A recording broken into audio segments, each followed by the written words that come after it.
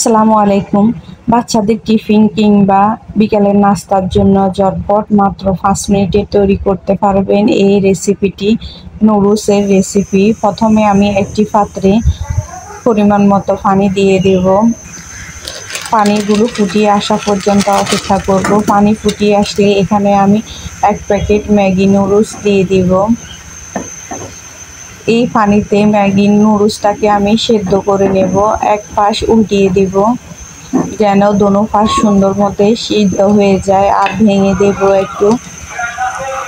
আর এখানে আমি ম্যাগি মশলা যে মশলাটা থাকে আমি ওটা দিয়ে দিব। ওইটা দিয়ে ভালো করে নেড়ে ছেড়ে ভেঙে দেব। মশলা নুডলসগুলো ভেঙে মিশিয়ে নেব। মেশানো হয়ে গেলে 5 মিনিট ঢাকনা দিয়ে রেখে দেব। পানি শুকানো পর্যন্ত অপেক্ষা করব।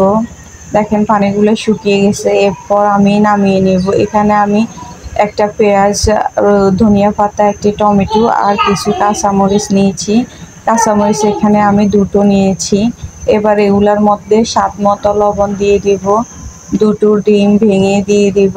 এবার সবগুলো উপকরণ ভালো করে হাতের সাহায্যে মাখিয়ে নেব।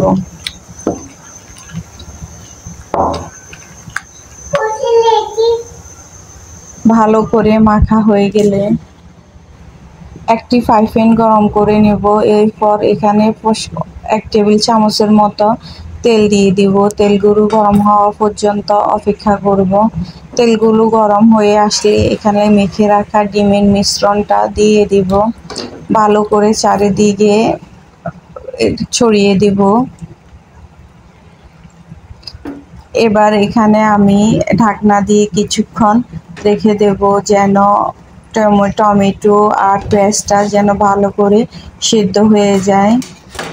ঢাকনা দিয়ে 2 মিনিট রাখার পর এরপর ঢাকনা উল্টিয়ে ওই যে সেদ্ধ করা নুডলসগুলো দিয়ে দিব।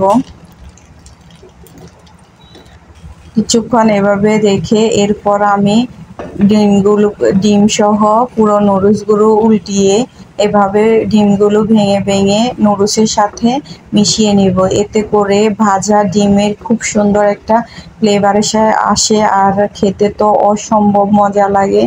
সবাই এভাবে তৈরি করে একবার হলেও বাচ্চাদের টিফিনে কিংবা বিকেলের নাস্তা হিসাবে তৈরি করে খেতে পারেন। অসম্ভব মজার এই নুডলসটা খেতে যেন ডিম ভাজার খুব সুন্দর একটা ফ্লেভার আসে।